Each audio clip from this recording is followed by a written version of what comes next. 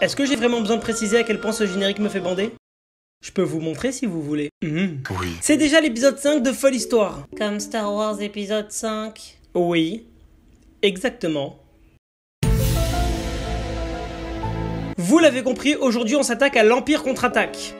En même temps c'est marqué dans le titre, donc bon. Le film débute sur une planète de glace qui s'appelle Hoth.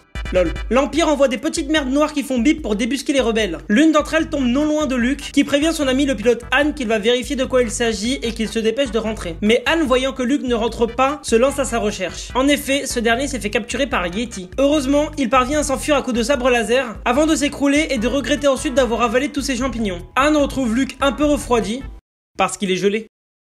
Vous avez compris? Pendant que Luke prend un bain, l'Empire se dirige vers la base, prête à leur rendre le petit feu d'artifice du film précédent.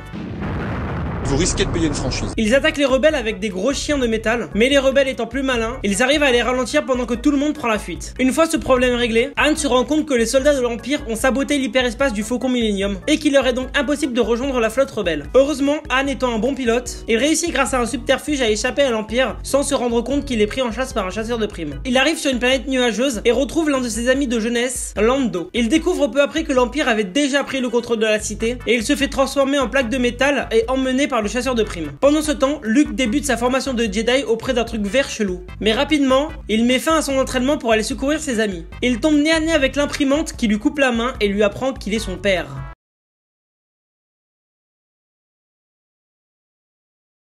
Quelqu'un aurait vu ma main? Pour finir, il utilise la force pour contacter Leia afin qu'elle vienne le chercher. Et ils partent ensemble secourir Han.